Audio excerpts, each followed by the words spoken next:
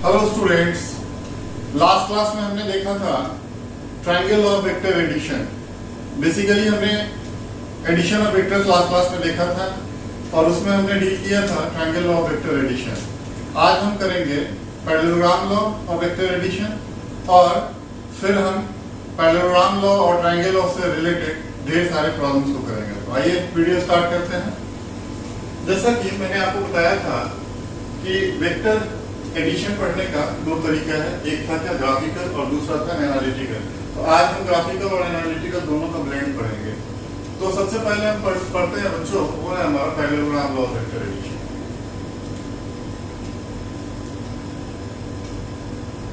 Parallelogram law of vector addition.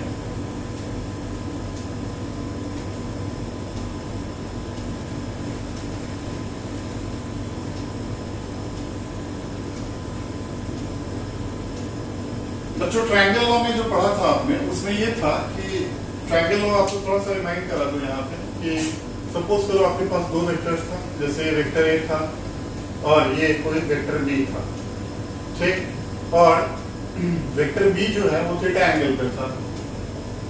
तो हमने क्या किया था कि ए जो वेक्टर था, वेक्टर ए के हेड पे बी के टेल को प्लेस कर लिया था, ठीक। और एक हमने ट्रायंगल बना लिया था रिवर्स ऑर्डर में, और ये जो रिवर्स ऑर्डर का ट्रायंगल था उसमें जो ये आर था, ठीक है ना, दैट वाज आवर रिजल्टेंट। और ये था आपका vector A plus vector B.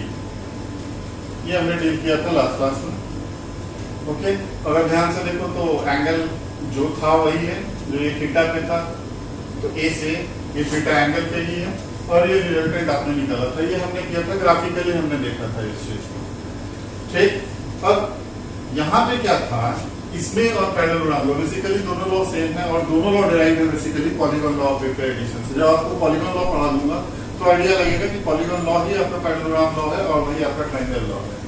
अब देखो कि अगेन आपके पास क्या है कि ये सपोज करो वेक्टर ए है कोई, ओके, और ये क्या है वेक्टर बी है। सपोज ए और बी के बीच में मान लो थीटा एंगल है, ठीक। तो फिर हम यहाँ क्या करेंगे, पैरेललोग्राम लॉ ये बोलता है कि जो वेक्टर ए है और वेक्टर बी है दोनों को टेल टू टेल ऐड कर दो। दोनों को क्या करना है, टेल टू टेल ऐड किया। टेल टू टेल का मतलब है इसको इसके साथ वो कर लिया हमने टेल टू टेल, और ये एंगल थीटा, ये जो एंगल है बेटा ये थीटा हो गया। अब क्या करो, आप एक पैरेललोग्राम कंस्ट्रक्ट करो। पैरेललोग्राम हमने कंस्ट्रक्ट कर लिया, ठीक है, by taking vectors as sides. और ये जो आपकी ये जो डायगोनल होगी दिस इज योर रिजल्टेंट, और ये है vector A plus vector B. तो बेसिक डिफरेंस यही है। अगर आप ध्यान से देखो तो यहाँ हमने क्या किया, टेल टू टेल दोनों वेक्टर को ऐड कर लिया और फिर हमने क्या किया, एक पैरेललोग्राम कंस्ट्रक्ट कर लिया। पैरेललोग्राम कंस्ट्रक्ट कर लिया और ये जो डायगोनल है और ये डायगोनल जो होगा ये क्या है, रिजल्टेंट है, और यही क्या है, A plus vector A plus vector B है। तो ट्रायंगल लॉ और पैरेललोग्राम लॉ में बेसिक डिफरेंस यही होता है कि जो आपका ट्रायंगल लॉ है इसमें क्या है, ये जो फर्स्ट वाली वेक्टर है ए, इसके हेड पे दूसरे के टेल को प्लेस करते हैं और we normally construct a triangle in reverse order and the hypotenuse of the triangle would provide you what, the resultant. Okay, we are not actually taking care of the magnitude of the resultant and direction of the resultant in this particular topic. ये हम आगे देखेंगे जब हम analytical method हम लेंगे, तो फिर ऐसे केस में हम बात करेंगे इसके मैग्नीट्यूड का और इसके डायरेक्शन का। सिमिलरली यहाँ पे देख रहे हो आप कि कुछ नहीं किया हमने, ये ए है और ये बी है, दोनों को टेल टू टेल ऐड किया, एंगल तो वही रह गया। हमने एक पैरेललोग्राम कंस्ट्रक्ट किया और ये जो डायगोनल है ये आपको क्या प्रोवाइड करेगा, ये प्रोवाइड करेगा आपको रिजल्टेंट। रिजल्टेंट का मतलब क्या होता है, रिजल्टेंट का मतलब होता है vector A plus vector B. क्योंकि मैंने आपको लास्ट क्लास में बताया था, आप याद करो कि जो रिजल्टेंट होगा ये इन दोनों का वेक्टर सम है, यानी वेक्टर ए और वेक्टर बी को जब ऐड करेंगे हम तो हमें रिजल्टेंट मिलेगा। और हमने ये भी डिस्कशन किया था कि इसका मैग्नीट्यूड और इसका डायरेक्शन, इसका मैग्नीट्यूड इसका डायरेक्शन, इसका मैग्नीट्यूड और इसका डायरेक्शन, यानी हमारे पास 6 टर्म्स होते हैं, है ना। तो इन 6 के बारे में डिटेल डिस्कशन आगे करेंगे। फिलहाल इस चीज को हम आगे बढ़ाते हैं। मैं इसको थोड़ा सा लैंग्वेज में लिख देता हूँ कि diagonal of the parallelogram construct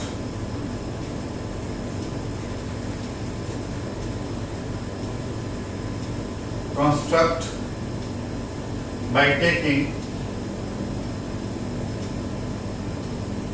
vectors as its side.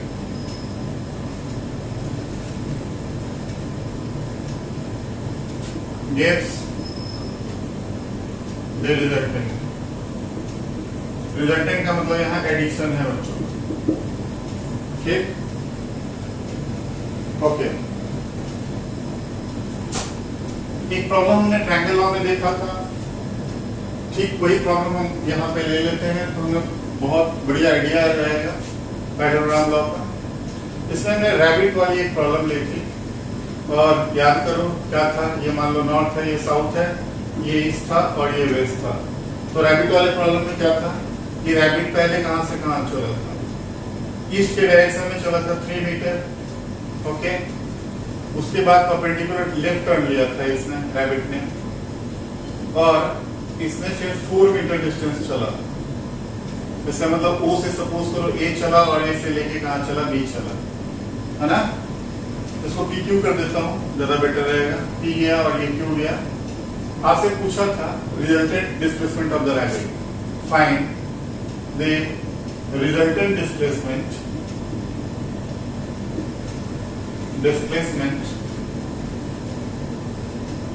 Of the rabbit. Last video में इसी प्रॉब्लम को हमने ट्रायंगल लॉ से सॉल्व किया था, और अब इस प्रॉब्लम को हम करेंगे सॉल्व पैरेललोग्राम लॉ से, यूजिंग पैरेललोग्राम लॉ।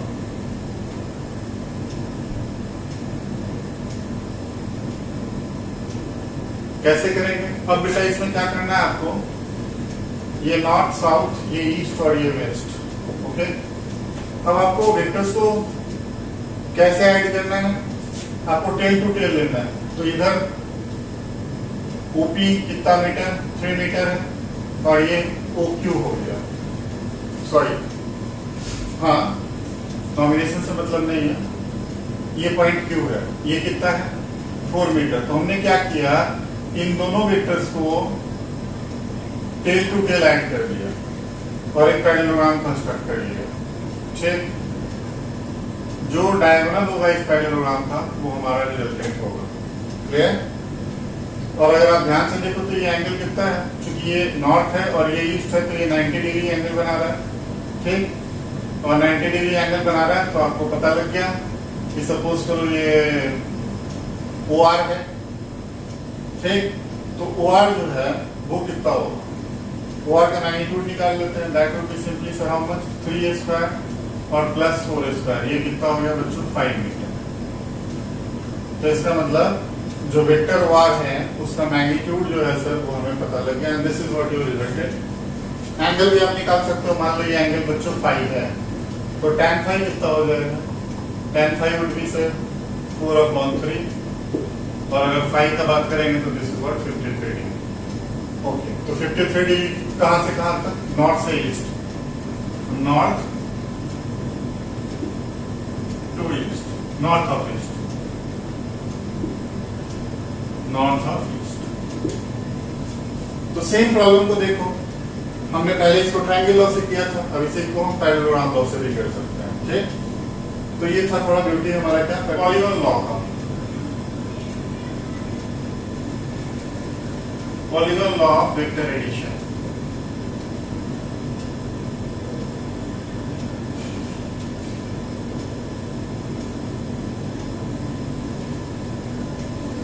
सपोज करो बच्चों हमारे पास एक पर्टिकुलर प्लेन में ढेर सारे वेक्टर हैं, सपोज करो ये वेक्टर A है, दूसरा कोई वेक्टर है बच्चों, मान लो ये B है, ठीक। एक वेक्टर हमारे पास ऐसे है कुछ C है, ठीक। और एक बच्चों वेक्टर है हमारे पास कुछ ऐसा D है। हमें ये वेक्टर्स दे रखे हैं, ये एक प्लेन में है, तो आपको मैं अच्छे से शो कर दूं, मान लो XY प्लेन है, ये X एक्सिस है, ये Y एक्सिस, ओके। या इस वेक्टर को ऐसे भी लिख सकते हो कि ये मान लो X एक्सिस है, ये सपोज करो Y एक्सिस है, वेक्टर A ये हो गया, एक पॉइंट पे दिखा सकते हैं, because as you know vector can set parallel to itself. ये बच्चों वेक्टर बी है, ओके, ये वेक्टर सी है बच्चों, ठीक।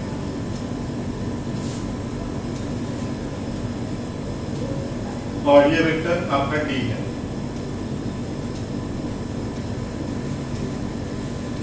Polygon law of vector addition कहता है कि आप इन सारे वेक्टर्स को लेते हुए आप एक पॉलीगन कंस्ट्रक्ट करो, पॉलीगन कंस्ट्रक्ट करो। जैसे ये वेक्टर ए है बच्चों, ठीक।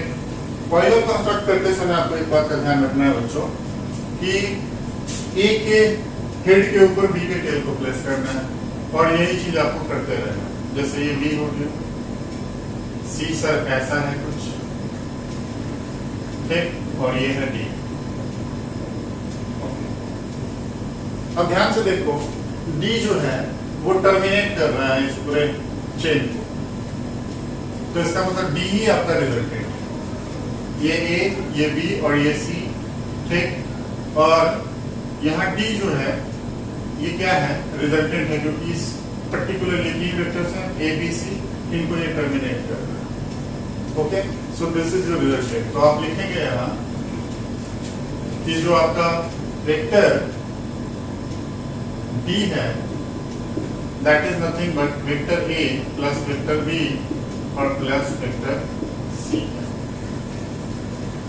यही आपका रिजल्टेंट भी है, वेक्टर डी, ओके। अब अगर आप ध्यान से देखेंगे तो ट्रायंगल लॉ यहीं से आया है। कैसे, ए है और ये बी है, ठीक। इसको अलग से आपको बता देता हूँ। ये देखो, ये क्या है, ये ए है, और ये क्या था आपका बी है, ये क्या है सी है सर, और ये क्या है मान लो डी है। तो अगर इसको इससे मिला दो, ये ए ये बी, तो ये क्या ए प्लस बी, ओके। और ये वाला क्या बना, वेक्टर डी को आप क्या लिख सकते हो, vector D is nothing but sir vector A plus B और प्लस सी। आप देखो यहाँ पे ये जो वेक्टर डी है that is resultant which is nothing but vector A plus B plus C, समझ रहे हो। तो ये है आपका polygon law of vector addition, ठीक। तो हमने तीनों देख लिया, ट्रायंगल लॉ देखा पहले, फिर उसके बाद पैरेललोग्राम लॉ देखा, और फिर हमने क्या देखा, पॉलीगॉन लॉ देखा। एक और बात देख लो कि चूंकि we are studying what the addition of vectors. Addition of vectors जो होते हैं वो कम्यूटेटिव लॉ को फॉलो करते हैं। मतलब मैं यहाँ एक आपको पॉइंट बना के बता देता हूँ, एडिशन ऑफ वेक्टर्स follows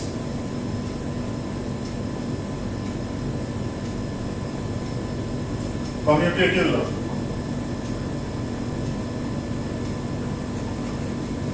कैसे, जैसे सपोज करो आपके पास दो वेक्टर्स हैं, मान लो ये वेक्टर ए है और ये वेक्टर बच्चों बी है, ओके।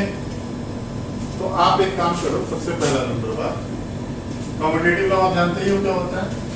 कम्यूटेटिव लॉ का मतलब होता है कि vector A plus vector B, अगर vector B plus vector A हो जाए तो ये कम्यूटेटिव लॉ होता है। This is commutative law. अब इसको ग्राफिकली समझो कैसे करेंगे।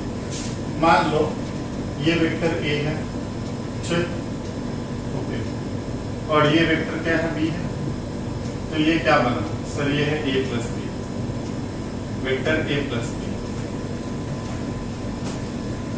ओके। अब ध्यान से देखो, क्या ये वेक्टर बी है और क्या ये वेक्टर ए है, तो ये क्या बनेगा सर, ये बनेगा vector B plus vector A. अब आप ध्यान से देखो, क्या ये बी प्लस ए है, क्या सॉरी ए प्लस बी है, और क्या ये बी प्लस ए है, ठीक। और दोनों जो है बच्चों वेक्टर्स, उनकी डायरेक्शन भी क्या है, सेम है सर, ये इधर की तरफ है और ये भी क्या इधर की तरफ है। इसका मतलब है देयरफॉर वेक्टर ए प्लस, क्योंकि मैग्नीट्यूड डायरेक्शन दोनों बराबर है, तो vector A plus B equals to vector B plus vector A. इस तरीके से आपको पता लगता है कि जो वेक्टर लॉ ऑफ एडिशन है वो कम्यूटेटिव लॉ को भी फॉलो करता है, ओके। तो हमने अभी देखा ट्रायंगल लॉ, फिर देखा हमने पैरेललोग्राम लॉ, फिर हमने पॉलीगॉन लॉ देखा, फिर पता लगा कि पॉलीगॉन लॉ ही एक्चुअली सारे लॉ है ना। तो ये था ग्राफिकली हमें देखना वेक्टर्स को। और अब हम बात करेंगे एनालिटिकली। एनालिटिकली का मतलब है मैथमेटिकली जो होता है, क्योंकि आप हर जगह बात कर रहे हो रिजल्टेंट का, but we are not actually talking about the magnitude and direction of the resultant. So actually analytical method है, उससे हम ये चीज का पता करते हैं। एडिशन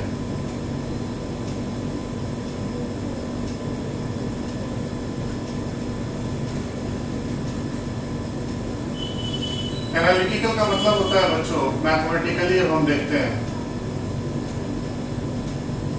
ठीक। तो वही हमारी कहानी थी कि हमारे पास एक वेक्टर था ए, सपोज दूसरा वेक्टर था बी, ए और बी के बीच में मान लो एंगल कितना था, थीटा था। तो एक काम करते हैं, सबसे पहले पैरेललोग्राम बना लेते हैं, ठीक। पैरेललोग्राम बनाने के लिए क्या करेंगे, ए और बी दोनों को क्या करेंगे सर, ए और बी दोनों को लेते हुए एक हम पैरेललोग्राम कंस्ट्रक्ट करेंगे। कर लिया पैरेललोग्राम, और इसमें जो ये आपके पास जो डायगोनल है ये रिजल्टेंट होगा, जितना तो आपको पता ही, यही बताया था मैंने पैरेललोग्राम का, ठीक। ओके, ए और बी के बीच में एंगल कितना था, थीटा था। अब मुझे निकालना क्या है कि आप अच्छी तरीके से जानते हो एक बार कि सर आप बात कर रहे हो कि जो वेक्टर ए है और प्लस वेक्टर बी है, तो ये आपको रिजल्टेंट मिलेगा। This is what resultant. तो रिजल्टेंट का आपको दो चीज चाहिए, एक क्या मैग्नीट्यूड, और दूसरा क्या चाहिए बच्चों, दूसरा चाहिए हमें डायरेक्शन। तो दोनों चीजें हमें कैलकुलेट करनी पड़ेगी। इसका मतलब इस आर का मैग्नीट्यूड निकालना है और आर का डायरेक्शन निकालना। आर का डायरेक्शन निकालने के लिए बच्चों क्या करेंगे, ये मान लो एंगल है अल्फा ले लो या फाई ले लो, व्हाटएवर जो भी आपको सूट करता है, सपोज करो अल्फा ले लेते हो आप, अल्फा ले लिया मैंने, ठीक। ओके, अब थोड़ा सा हमें क्या काम करना है कि हमें करना है कि इसका कुछ नाम ले लो, यार ये पी मान लो, ले लो ये क्यू हो गया, ठीक। यहाँ से ये जो रिजल्टेंट वेक्टर है यहाँ से परपेंडिकुलर डाल लो, ए को आगे एक्सटेंड करो, ए को आगे एक्सटेंड किया और यहाँ से हमने एक परपेंडिकुलर ड्रॉ कर दिया, ठीक। यहाँ से परपेंडिकुलर ड्रॉ कर दिया, ओके। अब आप ध्यान से देखो थोड़ा, तो पता लगेगा कि अगर ये बी है तो क्या ये भी वेक्टर बी हुआ, यस हुआ सर। ए और बी के बीच में एंगल कितना था बच्चों, थीटा था सर, थीटा था। अच्छा, नॉमिनेट कर रहे थे पी क्यू आर, और इसको मान लो एस ले लो, ठीक। एस ले लो और इसको कुछ यू ले लो, यू नॉमिनेट कर लिया हमने, ओके। अब थोड़ा ये ज्योमेट्रिकल, क्योंकि मैथमेटिकली आप निकालने जा रहे हो तो थोड़ा हल्का सा ज्योमेट्री करना पड़ा है, कुछ ज्यादा टेक्निकल नहीं है इसमें। अब आप ध्यान से देखो, तो अगर मैं इस वाले ट्रायंगल में मुझे इसकी वैल्यू और इसकी वैल्यू कैलकुलेट करनी है, सर ये सब कर क्यों रहे हैं, क्योंकि मुझे क्या चाहिए, आर का मैग्नीट्यूड चाहिए, ये आर है इसका मैग्नीट्यूड, और मुझे ये एंगल अल्फा चाहिए, इसलिए ये सारा कुछ करना पड़ रहा है, ओके। अब ध्यान से देखो आप थोड़ा कि अगर मैं उस ट्रायंगल में ले लूं, इन ट्रायंगल क्या नाम है उसका, QRS। QRS इस ट्रायंगल में हमने क्या कर लिया कि cos थीटा होगा, cos थीटा कितना होगा बच्चों, cos थीटा होगा QR upon QS, QR upon QS। तो बच्चों यहाँ से QR हमें पता लग गया कितना है, QS cos थीटा है, और बच्चों QS जो है ये QS ये B है। बच्चों एक बात ध्यान रखो, मैग्नीट्यूड ऑफ ए जो है वो ए है, मैग्नीट्यूड ऑफ बी जो है वो बी लिख रहा हूँ, ठीक। तो ये बन गया बी कॉस थीटा। तो एक चीज तो हो गया कि क्यू आर हमने कैलकुलेट कर लिया, that is what B cos theta. तो इसका मतलब ये वाली जो लेंथ है बच्चों, ये this length is B cos theta, okay. Now we have to calculate this length, ये वाली लेंथ। इसके लिए क्या करेंगे हम, साइन थीटा इस ट्रायंगल में लो, सेम ट्रायंगल में साइन थीटा कितना होगा, इसी ट्रायंगल में साइन थीटा होगा हमारा RS अपॉन QS। तो RS हमने यहाँ से कैलकुलेट कर लिया, that is what QS sine theta. Again QS B है तो B साइन थीटा। तो हमें RS भी पता लग गया, RS। इसका मतलब ये लेंथ पता लग गया हमें, और ये कितना है, B साइन थीटा है। अब आप क्या देखो, ये वाली ट्रायंगल नजर आ रही होगी, बड़ी वाली का मतलब PRS। P R S triangle में, ये वाले ट्रायंगल का मैं बात कर रहा हूं, ये वाले ट्रायंगल बच्चों, क्या ये ए है? ये वाली लेंथ ए है, A plus B cos theta हो गया ये लेंथ, ये वाली लेंथ बी साइन थीटा हो गई, ये एंगल अल्फा है और ये आपको निकालना है। इसका नाम है बच्चों पी आर और एस। तो ऑब्वियस सी बात है, अगर मैं पी एस का बात करूंगा तो दैट वुड बी, ये बड़ी वाली ट्रायंगल ही है, इसमें थोड़ा भी कंफ्यूजन नहीं रखना, ये वाली बड़ी वाली ट्रायंगल। तो इस वाले ट्रायंगल में क्या होगा, ये P S and that is what magnitude of the resultant, वो कितना होगा? वो होगा सर ये का स्क्वायर प्लस ये का स्क्वायर, इसका मतलब a plus B cos theta का square plus b sine theta का स्क्वायर। ठीक,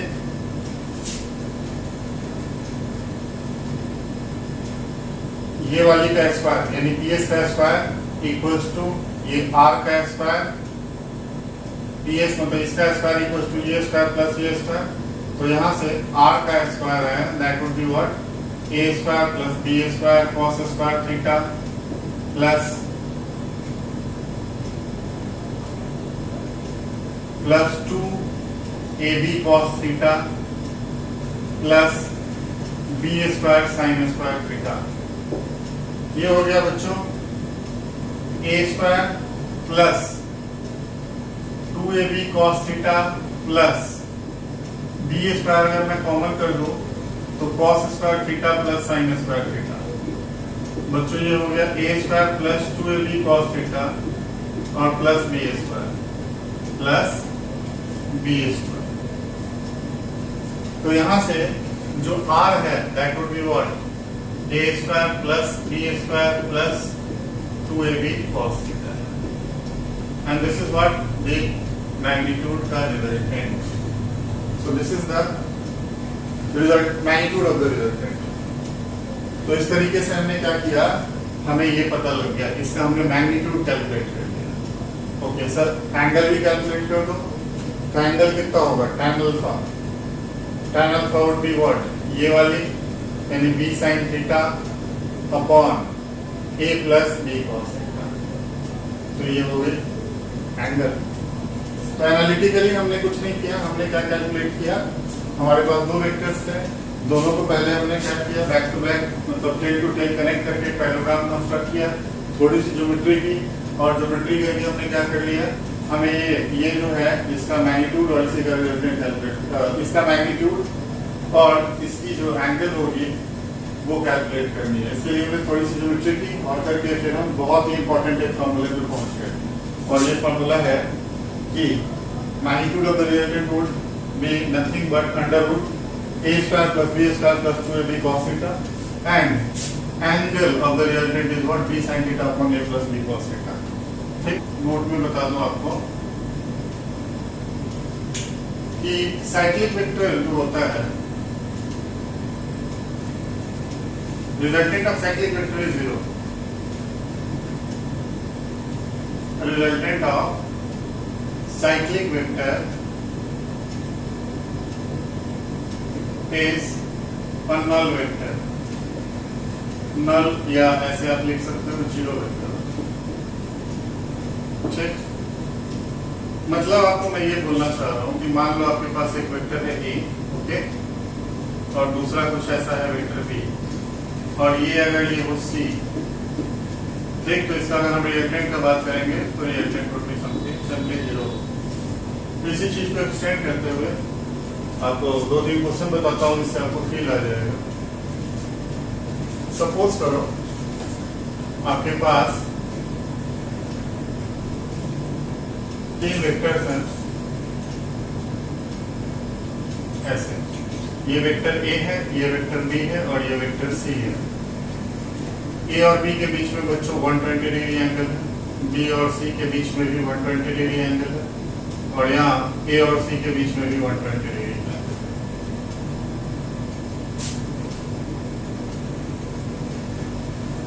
आपको रिजल्टेंट बताना है, फाइंड दे रिजल्टेंट, बट कुछ कंडीशंस दे रखे हैं।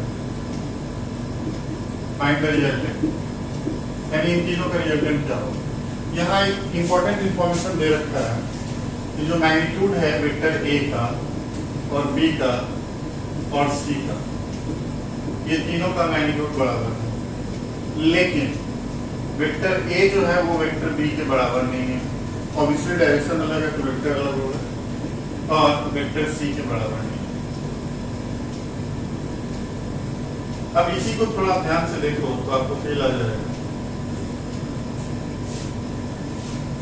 कि जो वेक्टर है आपका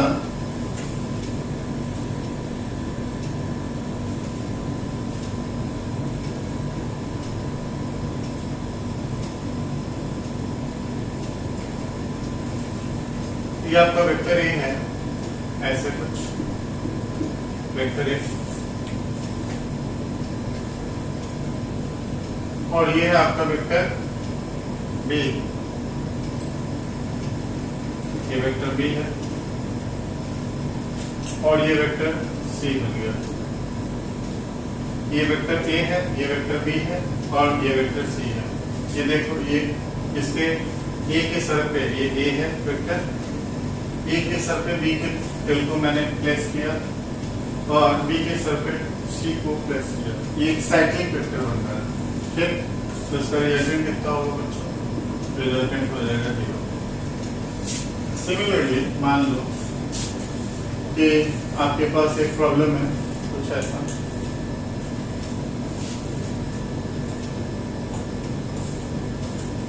आपके पास अब 4 वेक्टर है, ये सब कुछ एक्स वाई एक्सिस है। ये वेक्टर ए है, ये वेक्टर बी है, ये वेक्टर बच्चों सी है, और ये वेक्टर क्या है, डी है ना। और आपको दे रखा है क्वेश्चन में कि जो मैग्नीट्यूड है वेक्टर ए का बी के मैग्नीट्यूड के बराबर है, और ये सी के बराबर है, और ये डी के बराबर है, यानी सारे वेक्टर्स का मैग्नीट्यूड बराबर है। But vector A is not equal to vector B is not equal to vector C is not equal to vector D. इस केस में आपसे पूछ रहा है फाइंड द रिजल्टेंट। अब आपको देखना है कि ये वेक्टर साइक्लिक वेक्टर बनते हैं या नहीं बनते। अगर साइक्लिक वेक्टर बन जाएंगे तो ऐसे केस में क्या होगा, उनका रिजल्टेंट 0 होगा। अब आप ध्यान से देखो तो क्या ये वेक्टर ए है, और साइक्लिक वेक्टर बनाने का तरीका क्या होता है कि जो वेक्टर्स हैं उनको दूसरे के सर पे रखते चलो, उसके पूंछ को, जैसे ये ए है, ए के सर पे बी के पूंछ को प्रेस कर दो, ये ऐसे, ये बी हो गया। सिमिलरली ये सी हो गया, और ये सिमिलरली क्या हो गया, डी हो गया। तो आप ध्यान से देखो तो क्या रिजल्टेंट 0 हो गया। ठीक, तो एक बहुत इंपॉर्टेंट है कि साइक्लिक जो वेक्टर्स होते हैं उनका जो रिजल्टेंट होता है बच्चों, वो नल वेक्टर या 0 वेक्टर होता है। सो वेरी इंपॉर्टेंट, अगेन मैं आपको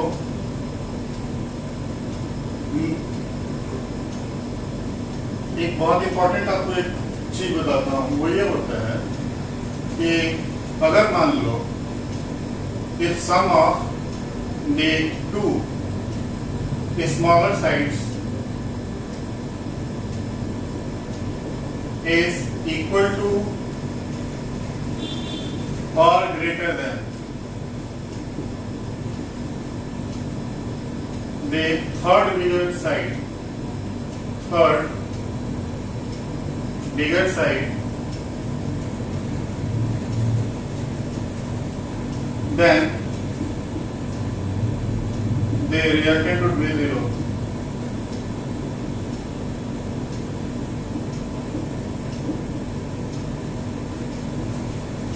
मैं क्या बोलना चाह रहा हूँ वो समझो आप।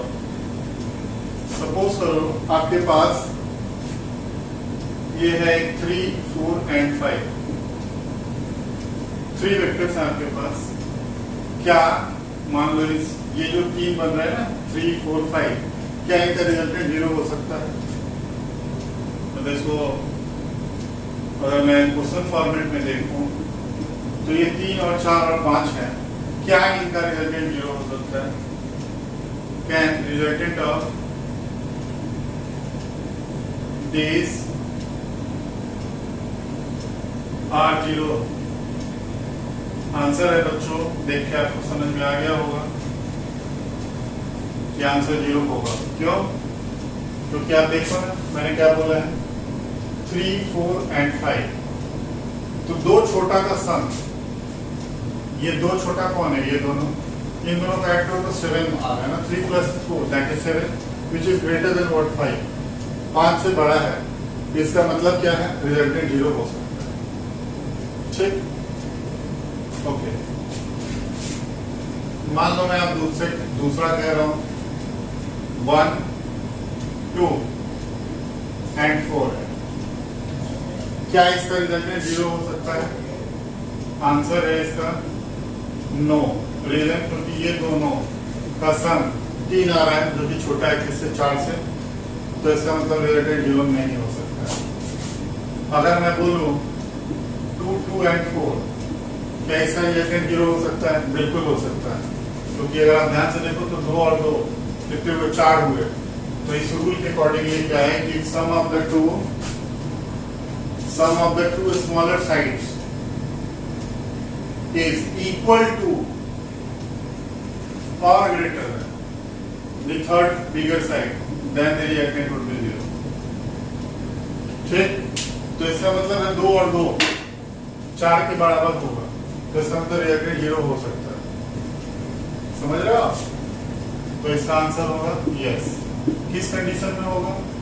कि मान लो ये 2 है और ये क्या है? 2 है, ये दोनों क्या है? 2 और 2 है, ठीक, 4, और इधर जो है आपका 4 है, ये 2 और 2 दोनों मिलकर 4 हो गया, और ये 4 है बड़ी वाली साइड, तो इसका रिजल्टेंट 0 होगा या नहीं?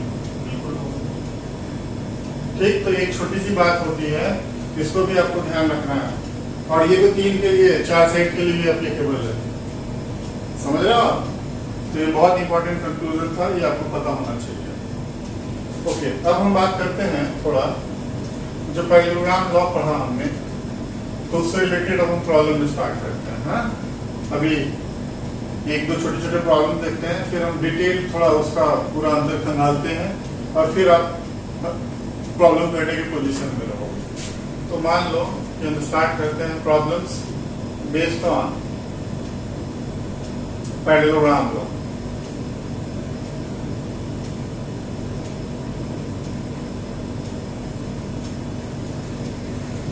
बच्चों, इसमें हमने अभी थोड़ी देर पहले देखा था कि जो रिजल्टेंट होता है उसका मैग्नीट्यूड क्या होता है?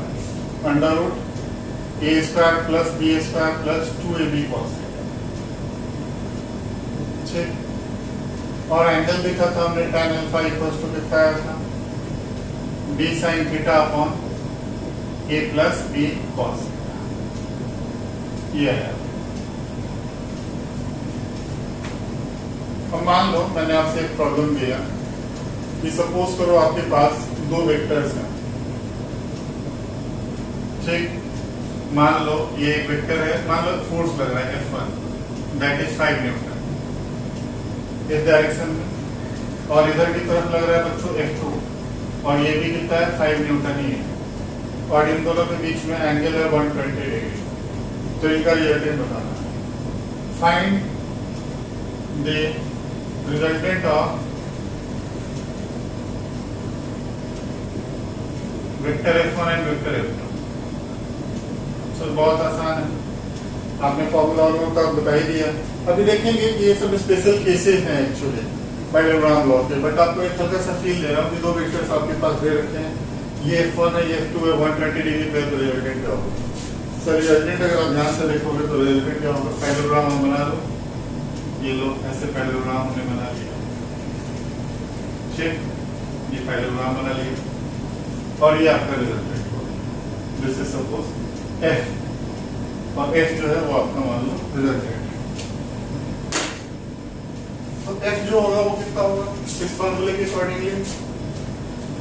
अकॉर्डिंगली, F जो हुआ बच्चों वो हुआ क्या? √ ये mod ऑफ F है बच्चों, F1 का स्क्वायर है ना, तो F1 का स्क्वायर प्लस F2 का square plus 2F1 F2 cos कितना?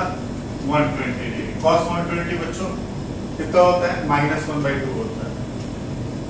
तो ये कितना हो गया? 5 का स्क्वायर प्लस 5 का स्क्वायर प्लस 2 × 5 × 5 × -1/2। है ना, सॉल्व करके कितना आएगा, ये 5 न्यूटन आएगा। तो इसका मतलब बच्चों ये जो आया एफ का मैग्नीट्यूड आ गया sir, and that is what 5 Newton.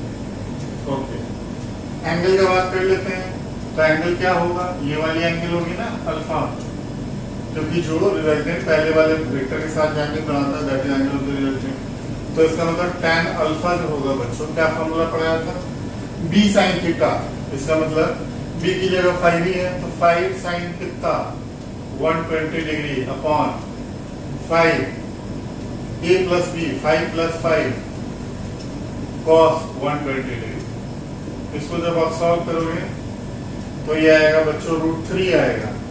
तो इसका मतलब अल्फा की वैल्यू कितनी होगी, 60 डिग्री होगी। तो मैग्नीट्यूड कितना हो गया बच्चों, 5 न्यूटन हो गया, ये 5 न्यूटन आया, और एंगल कितना आया, 60 डिग्री है। ठीक है, तो देख रहे हो पैरेललोग्राम लॉ से आप प्रॉब्लम्स को अच्छे तरीके से कर सकते। ये एक प्रॉब्लम है आपके पास कि सपोज करो दो फोर्सेस एक्ट कर रहे हैं, बिल्कुल सिंपल क्वेश्चन ले रहा हूं मैं। ये F1 है दैट इज 5 न्यूटन, और ये F2 है बच्चों दैट इज व्हाट 5 न्यूटन। ये दोनों 90 डिग्री पे हैं। आपसे पूछा है रिजल्टेंट बताओ, find the resultant of vector F1 and vector F2। बहुत आसान है बच्चों।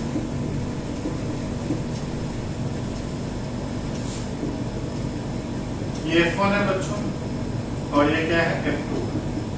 तो दोनों के बीच में एंगल कितना दे रखे हैं, 90 डिग्री। दोनों vector back to back connected है। आप एक पैरेललोग्राम कंस्ट्रक्ट कर लो, पैरेललोग्राम कंस्ट्रक्ट कर लिए, और ये आपका रिजल्टेंट हो गया। सो this is suppose F, so F is your resultant and this is the angle that is required. तो सबसे पहला नंबर काम आप क्या करोगे, फॉर्मूला आपके पास है, मैग्नीट्यूड ऑफ F क्या होगा, under root F1 square plus F2 square plus 2F1 F2 cos how much 90 degree, because angle between vector F1 and vector F2 is 90 degree. तो इसका मतलब हुआ cos 90 0 होता है, तो ये F1 का स्क्वायर प्लस ये F2 का स्क्वायर आएगा। तो इसका मतलब है कि सर ये 5 का स्क्वायर प्लस 5 का स्क्वायर, यानी कि अंडर रूट 50 हो गया, 50। ओके, और अब हम बात करते हैं एंगल का। तो tan अल्फा बच्चों कितना हो जाएगा, tan अल्फा हो जाएगा sir F2 upon F1 and that is what 5 upon 5, so it's 1। तो इसका मतलब अल्फा कितना हो गया, 45 डिग्री। ठीक, तो जो आपका रिजल्टेंट होगा that would be what F, और इसकी वैल्यू कितनी आ गई, अंडर रूट 50 न्यूटन आ गया, और ये एंगल कितना बना रहा है बच्चों, alpha that is what 45 degree. ठीक, अब हम बात करते हैं स्पेशल केसेस का। Special cases related to parallelogram law, related to parallelogram law।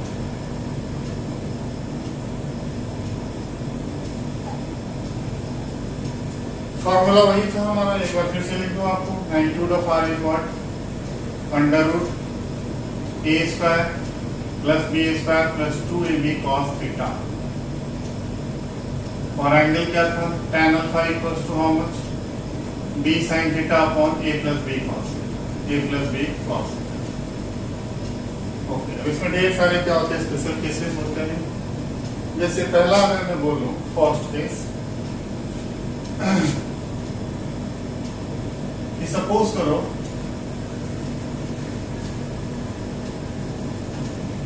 आपका जो एंगल है वो अगर थीटा की वैल्यू 0 डिग्री अगर मैं ले लूं, ठीक 0 डिग्री ले लूं तो क्या होगा, तो अगर अल्फा की वैल्यू कितनी है, सॉरी थीटा की वैल्यू कितनी है, 0 डिग्री है, तो magnitude of resultant would be what, sir under root a square plus what b square, और प्लस व्हाट 2ab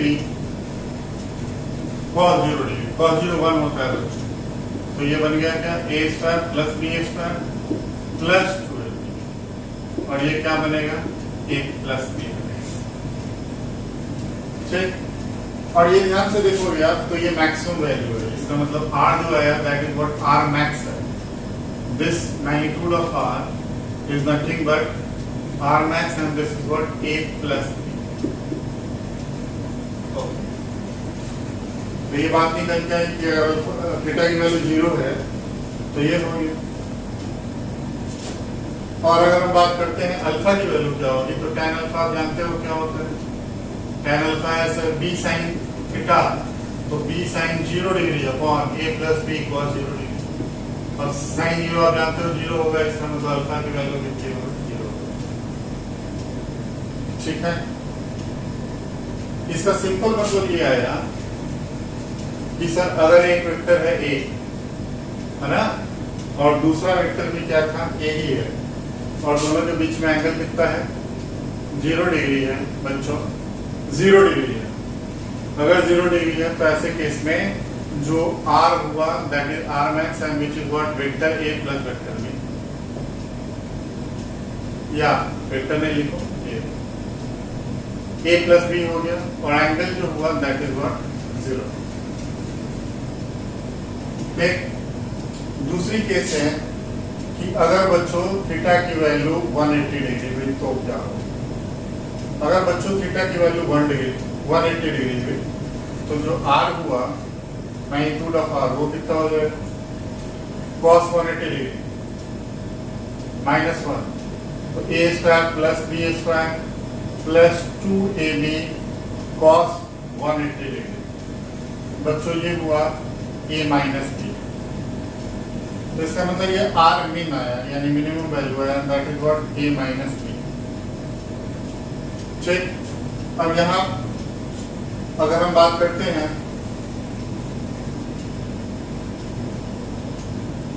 यहाँ पे दो केसेस हो सकता है। यहाँ पे मैंने माना है a is greater than b, तो जो r मिनिमम आया that is what a minus b है। a is greater than b है, तो फिर ऐसे केस में r मिनिमम जो आया था वो आया sir a minus b, okay, and alpha यहाँ आया 0 डिग्री, क्योंकि अल्फा जो एंगल होता है बच्चों वो एंगल होता है रिजल्टेंट का फर्स्ट वेक्टर के लॉन्ग, तो रिजल्टेंट और फर्स्ट वेक्टर दोनों एक ही डायरेक्शन में हो गया ना, तो इसलिए एंगल कितना हो गया 0 डिग्री।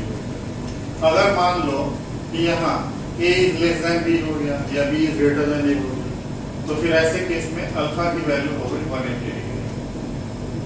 मैं ये बोलता हूँ ये है और ये क्या हो गया, ये भी। ठीक, तो इसका मतलब by and large r minimum जो हुआ that is how much, a positive difference होता है, a ऐसे ले लिया, ये पॉजिटिव डिफरेंस है, क्या है पॉजिटिव डिफरेंस।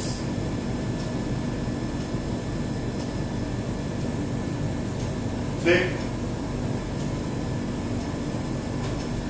इसका मतलब जो r होता है यानी रिजल्टेंट होता है वो लाई कर सकता है a माइनस b, इसको आप पॉजिटिव डिफरेंस में ऐसे लिख लो, और a प्लस b के बीच में, या आप ऐसे कह सकते हो कि r जो होगा वो लाई करेगा r min और r max के बीच में। और तभी आप याद करो कि मैंने अगर बोला था आपको, क्वेश्चन एक दिया था, याद करो, मैंने बोला था 3 और 4 वेक्टर 3 प्लस वेक्टर 4 क्या होगा।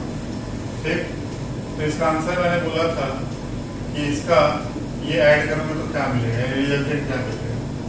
तो रिजल्टेंट निकालने के लिए क्या है बच्चों कि आपको अगर ध्यान से देखो तो r मैक्स कितना है सर 7, r मिन कितना हो गया बच्चों 1, क्योंकि दोनों का डिफरेंस 4 माइनस 3 1, तो इसका मतलब जो r होगा बच्चों वो उसकी वैल्यू कुछ भी हो सकती है, यानी रिजल्टेंट की वैल्यू 1 से लेकर के 7 के बीच में कुछ भी हो सकती है।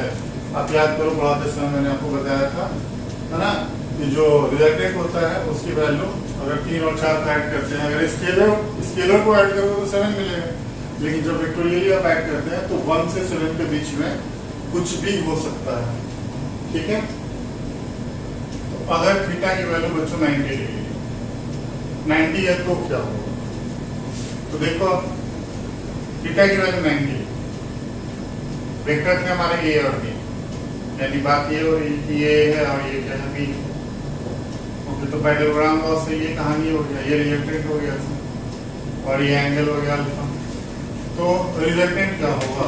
रिजल्टेंट का मैग्नीट्यूड होगा सर ए स्क्वायर प्लस बी स्क्वायर और प्लस 2ab cos 90 सारे बच्चे अंत तो 0 होता है, तो ये हो गया under root A square plus what B square. This is what the magnitude of the resultant. Okay. और एक और बात है इसमें कि जो एंगल का बात करोगे tan अल्फा, तो tan अल्फा कितना होगा b अपॉन k हो जाएगा. अच्छा, इस स्पेशल केस के अंदर भी स्पेशल केस होगा. क्या होगा? इसके अंदर भी केस स्पेशल केस. अगर मान लो जो यहाँ दो वेक्टर लिए हैं magnitude of A equals to magnitude of B हो जाए, यानी दोनों वेक्टर की मैग्नीट्यूड बराबर हो जाए, तो फिर क्या होगा? तो इन दिस केस जो r हो जाएगा that would be what under root A square plus A square, that would be what a root 2. इसका मतलब है कि अगर ये वेक्टर हुआ a और ये दूसरा वेक्टर हुआ a, इनके बीच में जो रिजल्टेंट होगा that would be under root a root 2. और एंगल के बारे में क्या ख्याल है? तो एंगल की बात करोगे मतलब इसके बारे में बात कर रहे हैं अल्फा का, तो tan alpha would be what a upon a. a और a कैंसिल आउट हो गया 1. इसका मतलब अल्फा की वैल्यू कितनी हो गई बच्चों? 45 डिग्री. तो इसका मतलब ये अल्फा हो गया 45 डिग्री. तो ये एक स्पेशल केस था और अभी ढेर सारे इसके स्पेशल केसेस हैं. ठीक. और फिर प्रॉब्लम्स करेंगे इससे रिलेटेड और फिर हम नेक्स्ट क्लास में हम करेंगे सब्ट्रैक्शन ऑफ वेक्टर्स. और बहुत इंपॉर्टेंट है सब्ट्रैक्शन ऑफ वेक्टर क्योंकि आपको बहुत जबरदस्त हेल्प करता है आगे. और एक और चीज कोशिश करेंगे नेक्स्ट वीडियो में लेने के लिए और वो होगा आपका रिजोल्यूशन ऑफ वेक्टर्स. ओके. तो आज के लिए इतना करो प्रैक्टिस. ओके. Thank you.